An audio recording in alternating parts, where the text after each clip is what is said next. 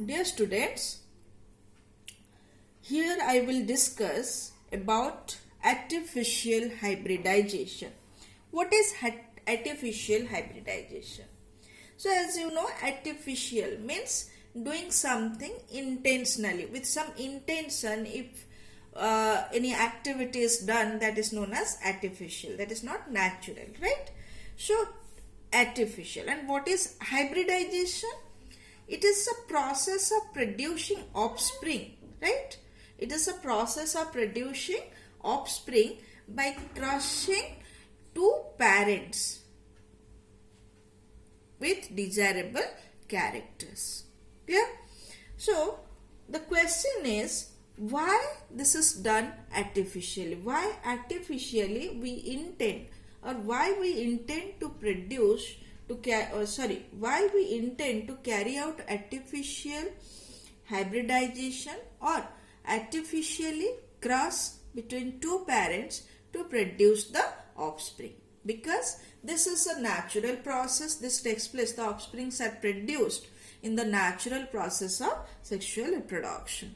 Then what is the need of artificial crush or artificial hybridization between two parents to produce the offspring? Clear?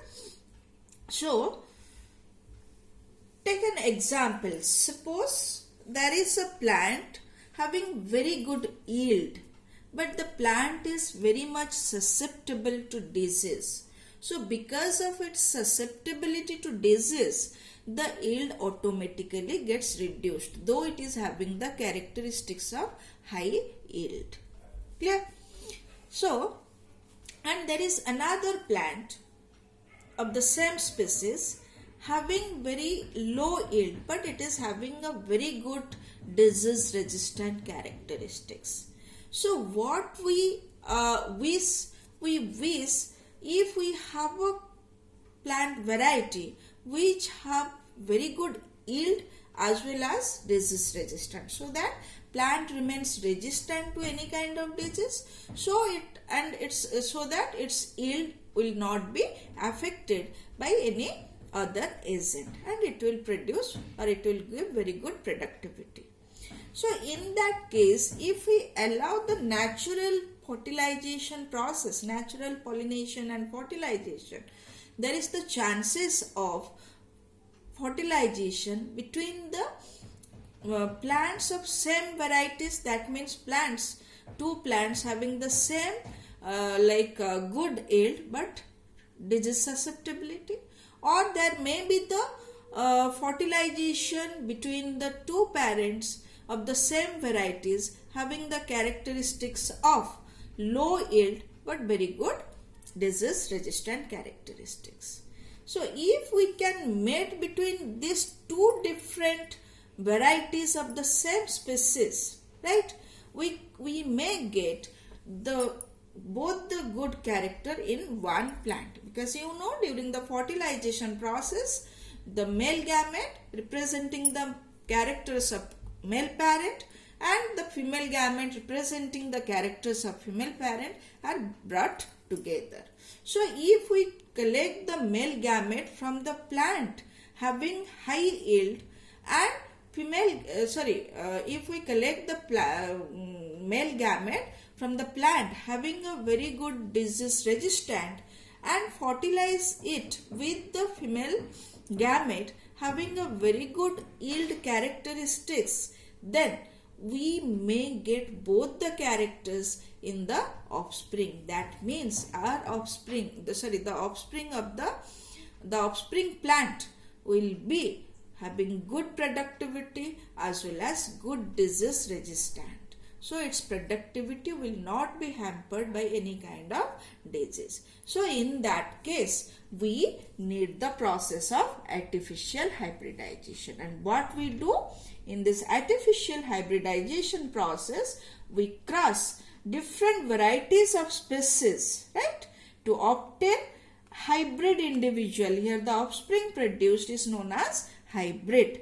So to obtain hybrid individual with desirable characters of the parent plants. Whatever characters of the parent plants we want in the offspring may brought together by this process.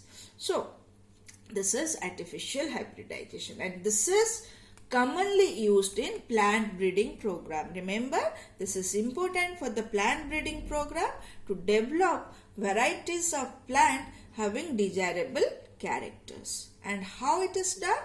For this process, we need the desired pollen grains. That means pollen grains of the plant having desired characteristics for pollination, and we need the stigma to remain protected from any other pollen grain. It must be pollinated by the pollen grain from the desired variety plant. Clear? Then let us discuss how this process can be done. Right? Taking the desired pollen grains and protecting the stigma from any kind of contamination. That means coming in any kind of contamination means coming in contact with any pollen grain. Clear? So here you see the process of artificial hybridization is carried out by two processes. One is emasculation followed by bagging. Right? So what is emasculation? Emasculation is the process of removal of anther from bisexual flower before its maturity or its dehisce. Right? So here you see this is a bisexual flower having both stamen and stigma. This is also a bisexual flower. This is the pea plant having the bisexual flower. This is the stigma. This is the pistil, and the pollen grains. These are the stamens. Right? This is the anthers. Clear? So here what happens when the anther gets matured, the anther dehisce and the pollen grain come to lie on the stigma. So if before maturation, if anther before getting matured, we cut this anther, right? So there is no chance of self pollen grain to lie on the stigma. So that means there will be no self pollination. Clear? So in the emasculation process, what is done? The anthers are removed, right, before they gets matured. And why it is done? It is done to avoid the self pollination. Clear? Already I explained you, this is a bisexual flower. It may get self-pollinated.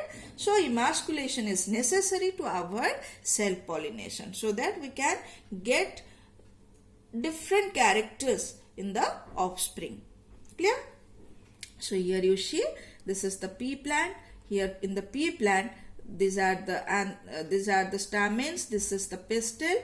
So here you see using a scissor, the stamens or the anthers are removed, right? Then this method is followed by bagging. What is bagging? The emasculated flower, right? That means after removal of anther, the flower is covered by means of a butter paper. Then why it is covered? Because already there is no chances of self-pollination, but there is the chances of pollination by pollen grain from any other pea plant, right? So any other pea plant which may or may not have the desirable characters.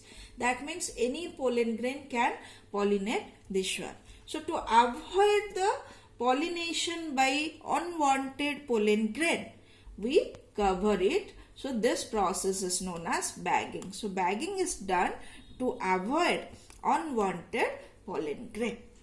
Clear?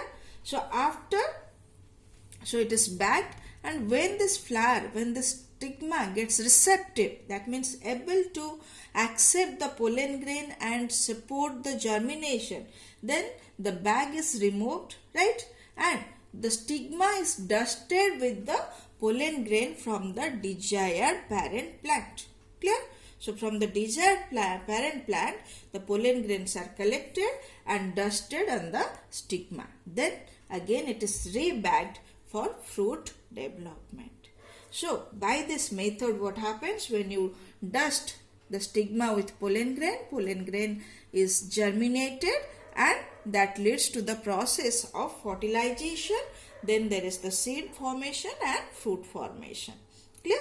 So in this process we may get offspring with desirable characteristics. So this is known as artificial hybridization. So here you remember, if we have bisexual plant, if the flower is bisexual, right, then we need both the process of emasculation and bagging, because here there is the two chances. One is self-pollination, second is pollination by unwanted pollen grain.